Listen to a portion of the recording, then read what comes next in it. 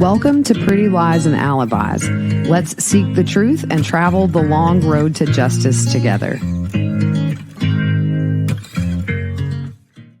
What you know, Alibis, happy hump day to you. Hope you're having a good day so far. Okay, so we're in the wiretaps finally, and we got a little bit of a late start. But what I have learned is this is going to take forever. And there's no way that I can just do one episode because just the upload would take so long. So I just finished the morning session, literally, y'all, because I have to keep rewinding like nonstop. If I can't hear something, if somebody's speaking a little banjo, I got to, kind of get my banjo brain going, figure out what they're saying. So I'm going to have to kind of more summarize, but I've got pretty much word for word these wiretaps for those of you who couldn't listen. And I'm going to tell you, I don't know how I feel about these. I'll tell you what I think now. This whole idea that Billy was the mastermind, it's hogwash. I'm going to tell you, after listening to Angela Wagner pretty much all day, I'm going to tell you something. She's evil. She is so manipulative. And this was really eye-opening to me. So before we get started, real quick, music fact, The Temptations, remind me of my grandpa. They had nearly 100 R&B records that were on the charts, including 43 top 10 hits between the 1960s and the 90s. Their very first hit, Can't Help Myself, Sugar Pie Honey Bunch in 1965. All right. So we have Miss Julia from BCI just sitting there. Poor thing. I bet her tushy is sore. She's been up there all day. She explained in 2018, they tried to organize this a whole lot better than they did the year before. As we heard, those first ones they got in the car were just, you almost couldn't tell what they were saying. So they used more devices. They got more people involved, other analysts and agents, and people had to attend training classes, essentially getting caught up on the Wagners and the Roden family, who, by the way, can I just say, it occurred to me listening to these recordings today that these people, to me, I feel like they're getting lost in all this. And I hate when that happens in cases. Sometimes you've got to get to the root of the suspect or the people that are charged with the murders to convict them. But it's just so sad because I don't feel like we've heard about these people in a while. And they were real people, and there are 8 people that are gone. And so anyways, I just had that thought today. But the people who were going to listen to these recordings had to go to essentially a crash course on the Rodens and Hannah Gilley, as well as the Wagner family. And so they put listening devices, as we know, in the trucks, and then they got intercept warrants for the phones. The trucks were granted 2 extensions. Remember, they have to go back to court, give really good reason as to why they need to continue these. These are super hard to get and keep going. So they got one on July 27th, which gave them 30 more days of listening. And the last extension on Jake and Georgia's phone extended on August 16th of 2018. So they put 4 listening devices total in the trucks. They replaced one device at one point because the audio was poor. The starting date on the truck and the phones was May 24th of 2018. And also on that day, they got the intercept warrants for George, Jake, and Angela's phones signed that day, June the 4th for Billy's. The final 3 phones were replacement phones that they had replaced. So as we know, the phone company routes those calls and everything into the listening room so they could hear and see what calls were taking place. These calls on May 30th and the 31st were before BCI did any tickling of the wires. So no investigative activities to stimulate conversation. So the first call is between Jake and Beth, and they're talking about Angela. So it's really hard to hear in the beginning as far as Jake's breaking up. And Beth says, I can't help overhearing because I was in the back room and I heard your mom telling you that you should suspect me again or that you should have never quit suspecting me. Jake says, well, she wasn't exactly saying that. It was more along the lines of, are you sure that? Are you just going to take what Sophie said and just drop the subject? Beth says, I didn't hear any of that. And Jake says, can you hear me now? I said that mom has said that she wanted to know if I took what Sophie said and just dropped it at that. Apparently, Sophie said you did, but you didn't. She was back and forth, about the allegation of Beth touching her inappropriately. And Jake says that Angela is just extremely worried. And Jake asks Beth, are you okay? And she says, no. And Jake says, it's okay. And Beth says, no, it's really not. Jake says, why? And Beth says, well, it's not really sustainable to live under this kind of suspicion. Jake says, all I know is mom said she's going to leave it all up to me with what happens. Whether anything happens or not, it's all on me. So I don't know exactly what's next. And there's a really long silence. Finally, Jake says, are you still there? And she says, she's here. And he asks, what's wrong? She said, it's just really, really difficult to live with someone who thinks I'm worse than a murderer. And she's so willing to believe it, jumping to believe I'm worse than a murderer. All relationships are built by trust and destroyed by mistrust. And this kind of distrust is eating away on my soul. Jake says, I'm sorry. I don't know why she's like that. Growing up like that before and being judgeful, I don't know. Beth says it's probably Tabby's fault. And Jake says, oh, yeah, both their fault. I'm sorry. She says, I know you are. It just kind of makes me just not want to exist. And he says, don't say that because I love you. Seriously, no matter what my mom thinks about you. She says, apparently what you think of me can get to change at the drop of a hat. And that was the end of that recording. So this next one is May 30th, 2018 at 9:50 p.m. This is an outgoing from Jake to Beth where they discuss the dynamics of the Wagner household. Jake tells her it's hard to hear. And she says, I heard that you love me. It just doesn't matter what she thinks about me. It just matters what you think about me. He says, yeah. She says, you say that, but I live with her 5 days out of the week and you 2 days out of the week. He said, I agree. It's like that now. You say that. And then there was something really hard to hear. And then she says, but I live with her 5 days out of the week. So it does actually matter.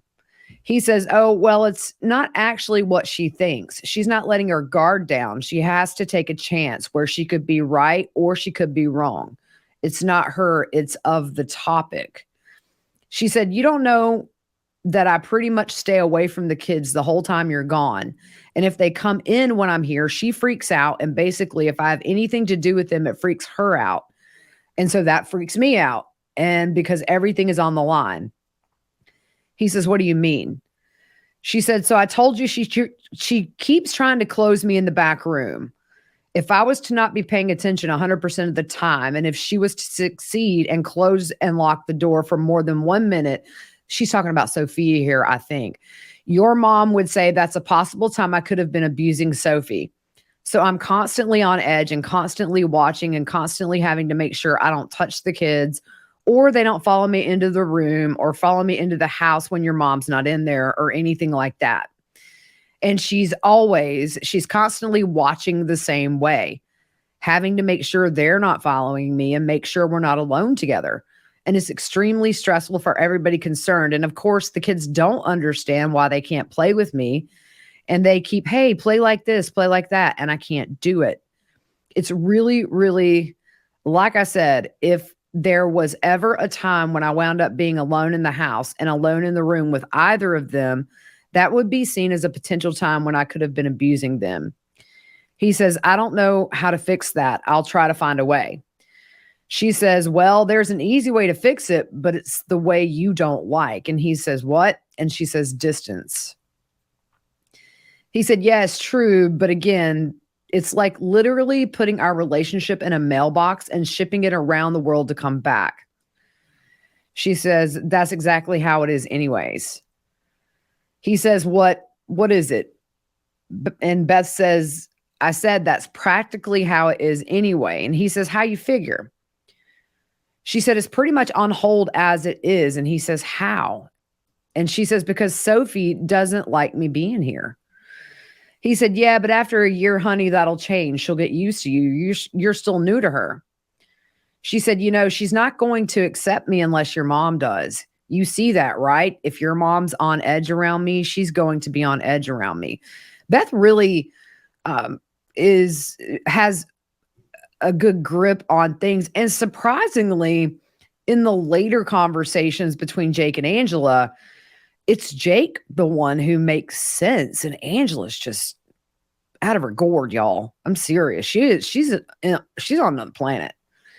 But Jake said, yeah, I can try talking to mom about things, about how you feel about this and that and whatnot. But when it comes right down to it, it would be better if you talk to mom about how this is concerning you. She said she wouldn't care. It doesn't matter to her. See, your mom could care less how something affected me, but it doesn't matter to her. The only thing that matters to her is the kids and you guys. So she doesn't care diddly squat how something affects me. Because if you think about it, if you had a snake in your house and she sees me as a snake, you wouldn't care one bit how the machete you're swinging affects the snake. You don't care. And that's the way it is. So it doesn't matter how something affects me to anyone but you. He says, I'll talk to her. She says, I don't know if there's really a way to make anything different. I mean, as long as that discussion is there, it's going like this. There's pretty much no way of disproving that suspicion either. Obviously, I can prove from this point on that I'm not doing that, but there's no way to prove that I did not do that. No matter what happens, that suspicion will be there.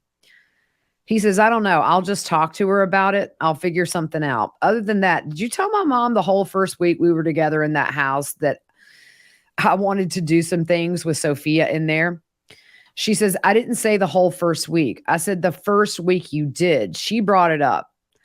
She said, Sophia is a light sleeper or pretends to sleep. So you might think she was asleep and she wasn't. And she might have seen something during that time. She told me about the shirt off comment that Sophie made in the living room. So I did tell her that first week we were living here, you had sometimes done that sort of thing after Sophie was asleep, like looking down my shirt or wanting to do something more in here. I didn't say it was all week long, just in the first week that it did happen, that you wanted to do things in here after she was asleep. But you realized within that first week, and me too, that it was not something that should be done that happened. He said, okay. She said, don't you remember that? And he says, yeah. And Beth says, okay, so what's the big deal? He said, I was just asking. And she said, why? He said, I know I didn't, because she had said that you said I wanted to every night the first week. And she asked me which one, yes or no. And I said, no, that's inaccurate. So mom says she's lying.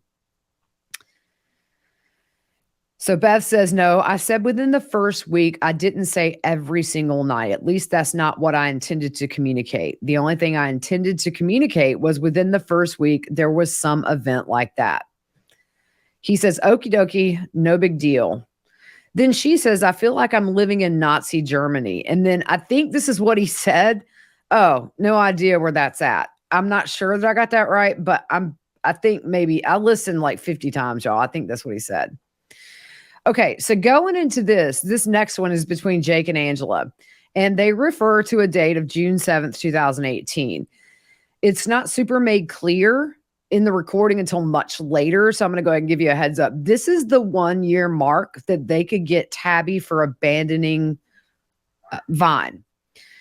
So the thing that struck me about this conversation between Angela and Jake, number one, the voice we hear in court is very different than the one we hear on these recording because her powers are gone. She has no hold on anybody anymore. She is on the bottom of the totem pole at this point, to where when these conversations took place, she was kind of the queen bee up high. And what I thought was interesting is Jake pushes back with her firmly, but his voice gets really super high pitched when he is giving it back to her.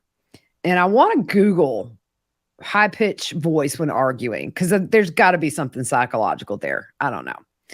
So this is May 31st, 2018, 12:03. This is shortly after um talking, let's see.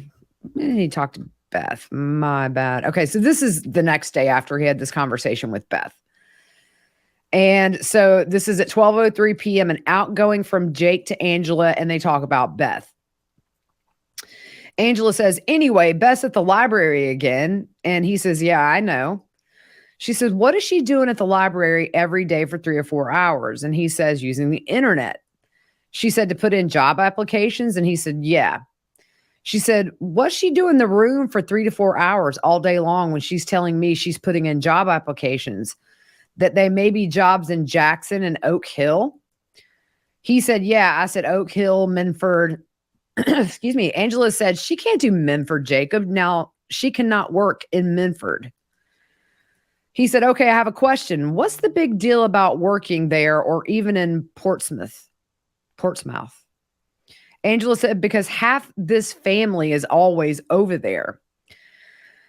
And by family, she's not talking about the Wagners. I think she's talking about Tabby's family because that June 7th deadline of the 1 year. Jake said they have no idea who she is. She says, I don't care. Did she get a library card to use that internet and stuff up there? She says, there. He says, I don't know. She says, well, Jacob, I think you do know. He says, I don't know. She said, you don't know if your wife has a library card or not? And he says, no. She says, okay, first off, she took pieces of paper up there yesterday to prove where she lives. So that tells me she got a library card. He says, okay. She says, and we're supposed to not do anything until after the 7th of June.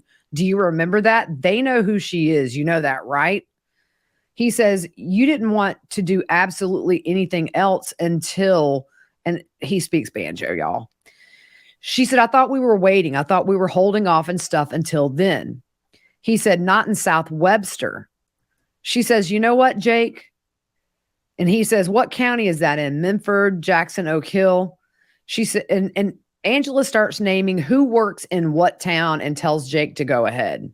He's naming all these different counties. Angela said, whatever. You know what? Just let her go. Let her go to work. Doesn't matter to me. He said, what's the big deal with that? She said, well, I thought it was a big deal, Jake. I thought saving our butt, keeping us safe, keeping the kids safe was a big deal. That's what it is, okay? He said, her getting a job. How that's a big deal of her getting a job? She said, well, I don't know. And then she says, quit, Bovine. Bubby, quit. Go in the TV room and sit down. And then she's like, now. Then she says, I don't know, Jake. I mean, you say we can't do this. We can't do that. You hide your truck and everything. You take everything off your truck and sell it so it doesn't even look like a normal truck. You basically give everything away. If it's not such a big deal, why do you do all that for? He said, stop. You're delusional. You need to go on medicine. She said, excuse me, Jacob. You will stop insulting me right now. You've done enough damage. You've done enough damage around here. Now, I'm telling you, you will stop insulting me. You and George both will not treat me that way. He said, I'm not treating you no way, Mom. You need medication or whatever that stuff is. You are literally off the deep end. She says, really, Jake? Really? He says, you're making it out to be a big deal, and it's not. I don't want my truck to be recognized. Everyone knows what it looks like. And she said, you hear a kid crying in the background. She says, hang on a second. And then she has like this kind of evil tone to the kid. And then she comes back, listen to me, Jake. He said, first, I don't want to be recognized when I take it over to Granny's house. And she says, oh, yes, good for you. You can take it to Granny's house, but you can't take it to Granny's house, but you can put her work right there where they all work at. When she tells them she lives down here, what did you think people... You know what, Jake? I don't care. Okay. I'm just done. I can't help you no more, but I'm going to tell you this. And they're both yelling all over each other. Now it's time for our paid sponsor of the week, Everlywell. This year, you can prioritize what matters most when you share the gift of health from Everlywell. Choose from at-home lab tests like food sensitivity, women's health, or men's health, or vitamins and supplements because love and health are all you need. Everlywell is digital healthcare designed for you with personalized results and accessible tools for long-term health. With over 30 at-home lab tests and high-quality vitamins and supplements, you'll be able to find the perfect test for you or your loved one. The women's health, food sensitivity, and celiac disease screening tests are only a few of the options. Here's how it works. Everlywell ships products straight to you or your loved one with everything needed in one package. If you ordered an at-home lab test, the sample can be simply collected at home and shipped back to a certified lab in the prepaid envelope included with the test. Digital, physician-reviewed results are sent straight to your preferred device in just days. If you ordered vitamins and supplements, you can start adding them to your daily routine right away. It's so simple. Over 1 million people have trusted Everlywell to support their health and wellness goals, and now you can help your loved ones do the same. I took the food sensitivity test, which measures your body's immune response to 96 foods to help guide you on what types of food to prioritize in a 2-part elimination diet. The gift of health has never been so easy to share than it is this holiday. For listeners of Pretty Lies and Alibis, Everlywell is offering a discount of 20% off an at-home lab test at everlywell.com/whattheworld. That's everlywell.com/whattheworld for 20% off your next at-home lab test. That's everlywell.com/whattheworld. No, you gonna listen. I want to thank you, Jake, for what you did to Sophie. He says, "What did I do?" She said, you did a really good job, Jake." He said, "What did I do to her?" She said, "Oh, let's see, that this is her mommy. I'm her grandmother. Beth didn't do anything wrong to her ever. It was just Sophie saying that, and everything's going to be fine. Now she loves Beth more than me, and she believes Beth over me because I'm just her grandmother." Yeah, woman, you are her grandmother. I mean, at this point, Angela, your ovaries are like grapes. So Jake said, "I never told her you were just her grandma." She said, "Thank you so much. And not only that, because you had to go and tell Sophie that crap. Now she tells it to Bulvine." And he has 50 million questions wanting to know how it is that I am Sophie's grandmother. So you've done enough damage. He said, "How did I do damage, Mom? You're not her mother." Boom. Like silence. Uncomfortable, awkward, silent, quiet as a mouse on Angela's part. He said, "You are her grandmother now. That's the only thing I ever told her along that line was when we were in Alaska and she asked me who her grandmothers were." She said, "No, Jake, I'm talking about the other day, unless you want to call your daughter a liar again, and you probably will, and believe everybody else under the sun." So that call ends. And I think, again, we know she had this obsession with Bulvine and Sophia. And to hear Jake say, "You are her grandmother, you're not her mother," to hear him sort of talk back. Now, we know Jake was her favorite, the chosen one, the golden boy. The silence was deafening on her end as I imagine she is digesting this. But I was surprised at how much Jake shoves it right back in her face. So what's kind of sad to me listening to this too is with Hannah Mae. He's very protective over Beth. At this point, he's a murderer. He has murdered Hannah Mae and personally 4 other members of her family. And you hear the manipulation in Angela, and you kind of wonder, had he been a little older? I mean, we definitely didn't want him to be older with Hannah Mae, but what I'm saying is, you kind of wonder if maybe at this point he realizes the damage that Angela did to Tabby and to Hannah Mae, and he wasn't willing to lay down so easy with Angela, although it's way too late. It's just a matter of time before they're going to be arrested for murders. And, we know at the core, he's an evil man. But it was really weird sort of hearing some normalcy from him after hearing just him on the stand in that clip that was leaked, how matter of fact and evil and no emotion in the world he was in describing the murders, as opposed to him sort of advocating a bit for Beth in these. That was sort of my take on it. It was different. Also, okay, so here is poor defense attorney Nash. This was when Beth and Jake were talking, and during the Angela calls, this was the both of them. So I'll put these in the link in the description if you're new. I always put the pictures up so those of you who listen can at least see what I'm talking about. But this is all really hard stuff to listen to. Number one, because I think Angela has busted my eardrums, y'all. I've wore my beats all day. All right. So this is, let's see, that last call, just to put this in perspective, that was May 31st at 12:03. This next one is May 31st at 12:10, outgoing Jake to Angela. And the synopsis, Jake and Angela talking about relationships with the kids and Beth. So Angela in this recording is first in a very mean voice. Are you there?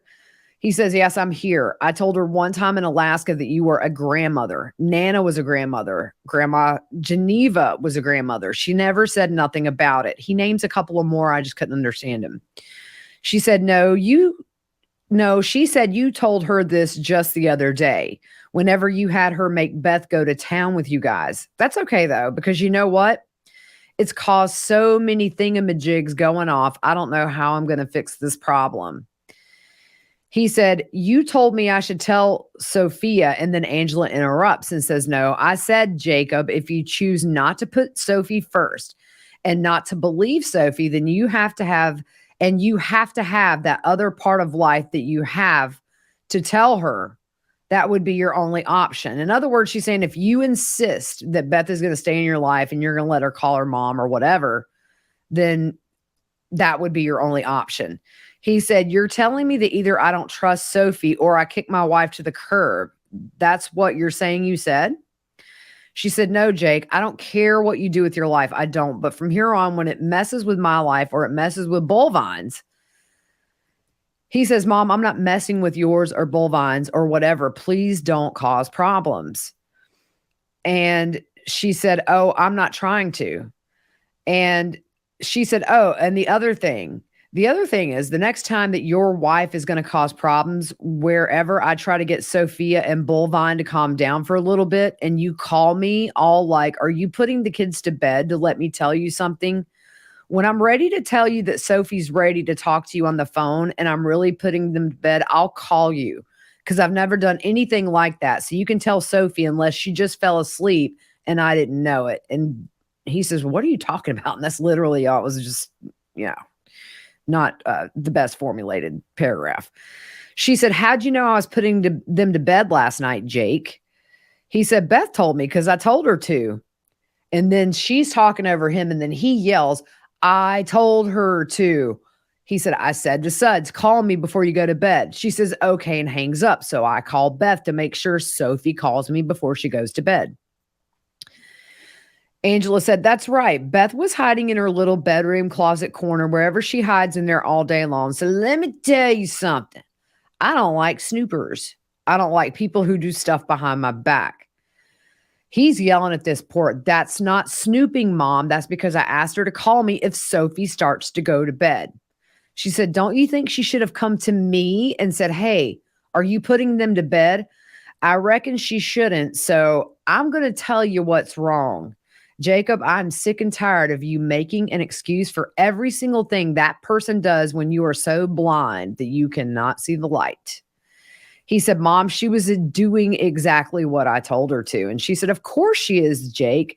It's a misunderstanding on my part, right? Tell me that, Jake. Say it to me. I dare you to tell me it's a misunderstanding on my part. And Jake says, or what? She said, well, I don't know. It seems to be every time I can prove to you she's lying, you always spin it so it's a misunderstanding. Or I didn't know. Or, and then she says in a really sarcastic voice, I'm from Texas. Because remember, Beth's from Texas. He said, Mom, you have not proved she's lying. Angela says, wake up. He says, and everything you said she was lying about, I asked her about what you said, about that deer antler. And she told me exactly what you said, and that's what she did. Angela says, oh, no, Jake. No. I did not say to put it away. I said, put it over in the corner where Sophie can see it. And she put it up on the top of the closet where she couldn't even see it. He says, that is a misunderstanding. She thought you said to put it up so they couldn't get hurt on it. She said, how many misunderstandings are there going to be, Jacob? He said, a few, Mom. She and I don't even have the same language. Angela said she got so mad at me for no reason at all, and she wanted to get me life. A life sentence, right? So that's a misunderstanding too. He says, oh my gosh, Mom, I love you to death. Angela said, I told you, Jake, I wouldn't trust her. I told you that. He said, you need your medicine. You need to be more mellower. Angela says, what medicine, Jake? Your hormone medicine. She said, my hormone medicine, that's not due yet, Jacob. He said, well, which one is like $500, Mom? She said, that's my fibromyalgia medicine, but I hardly ever take it. He said, I don't know what's wrong, but there's something wrong with you. And in the background, Angela says, put it in the sink, Sophia. What's wrong with me, Jake? I'm just telling you how it is. I'm telling you what's going on. And you're like, Sophie, who I have been through thick and thin for, to hell and back for. She looks at me and she says she believes Beth over me. He said, Ma, she's 4 years old. She said, she's repeating what you tell her. He said, I never told her that. Yes, you did, Jacob. No, I didn't. You know what? Unlike you, I believe Sophie, and I'll never put anyone in front of her. You know what? I know you did, Jake. He said, no, you don't, because I didn't say that. She said, well, let me ask you this, Jake. You remember that one day? This is the last thing I'm ever going to tell you. You remember that one time you told me it was horrible when you have someone constantly rag you and say bad things about you and insult you. And you said Hannah Mae done that to you. And I thought about that all the time. And she kind of sounds like she's trying to get emotional, but it's total manipulation, y'all. You went through that and I didn't know. And I felt so bad because you're my son. You know what your wife does? This is manipulation right here, y'all. She sees, okay, so this is how I read it. She sees that strong arming Jake isn't going to work. So what's she going to do? She's going to lie. And she's going to say things to Jake to try and get him to hate her another way. So Angela says, she insults you constantly when you're not around. All she does is ever say bad things about you. When you tell me how your life is so different. He says, Ma, she says, I'm in La La Land and I don't pay attention. That's not bad. That's the truth. She says, oh, and that you're naive and that you're dumb and you're stupid. He said, okay, I have never heard her say that I was dumb. She said, oh, and you don't know how to be a father. Here we go. So you go for the gut when you can't do it. What do you do to a parent when you really want to hurt them? Then you make them question their parenting skills. So Angela says, oh, and you don't know how to be a father to Sophie. And George doesn't know how to be a father to Bullvine. Should I go on? Or wait, I'm sorry you didn't believe a thing I say anymore. So you know what, Jake? I can't help anymore. And Sophie doesn't listen to a thing I say anymore. So I can't even help when something really happens to her and you don't listen. She has no one.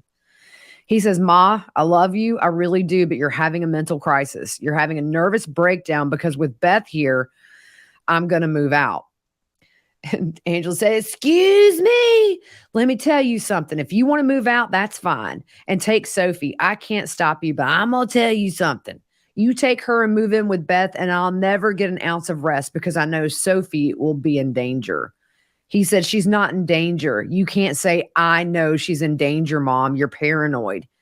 She said, no, Jake, I know she is. And he says, no, you do not know she is. Yes, I do.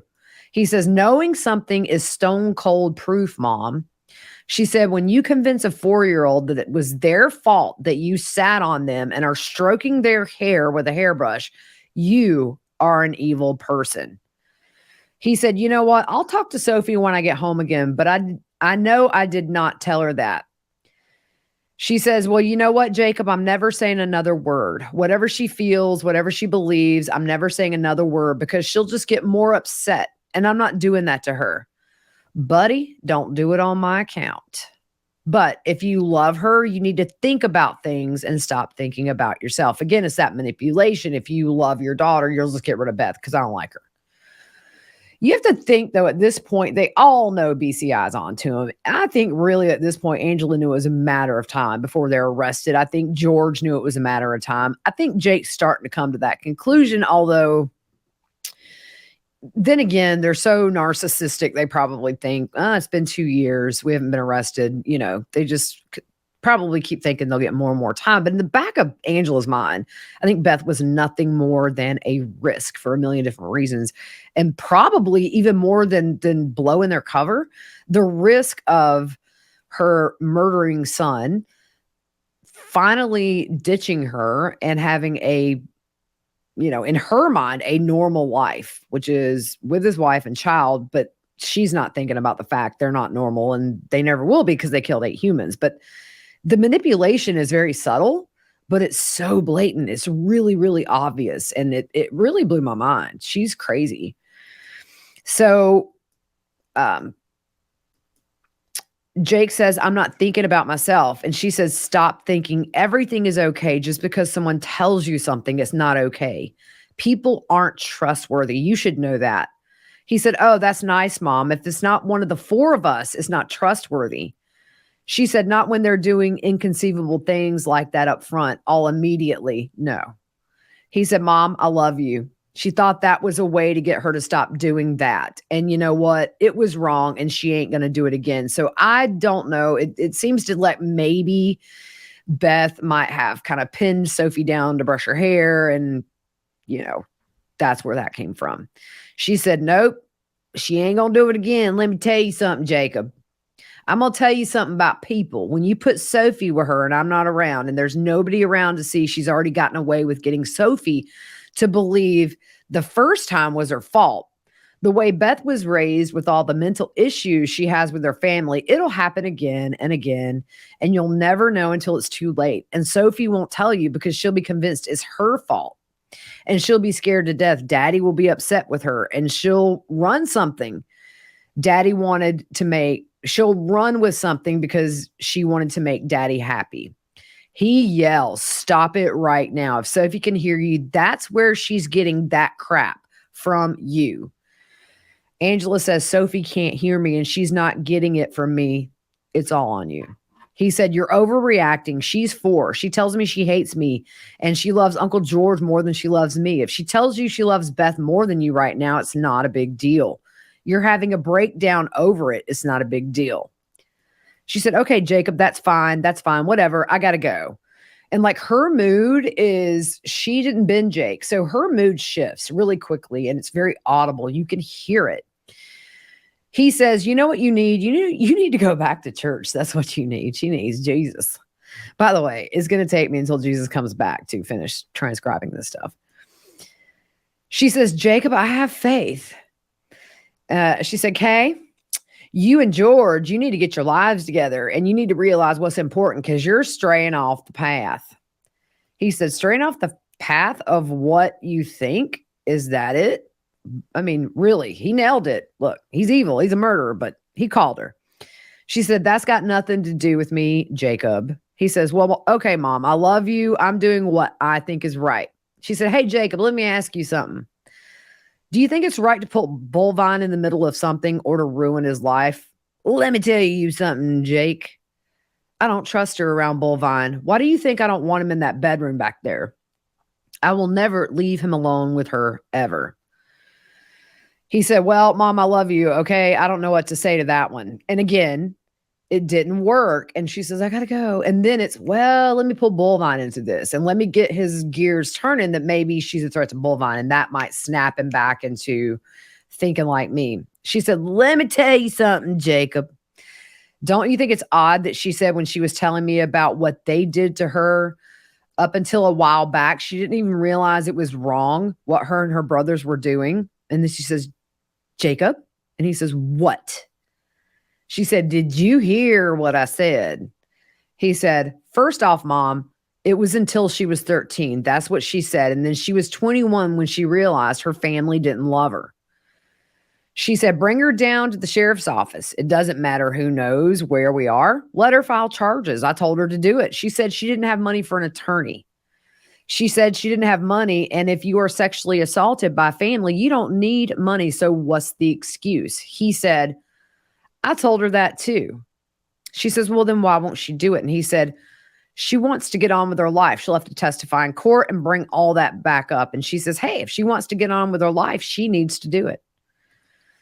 He said she's already got on with her life. She's scared of her brothers. She can take them to court, and if she can't prove it, it gets thrown out. Angela says, let me tell you something. If she doesn't do anything, she's accepting it like Tabby and them. He said, no, Mom. She said, you know what? Forget it. No matter what I say to you.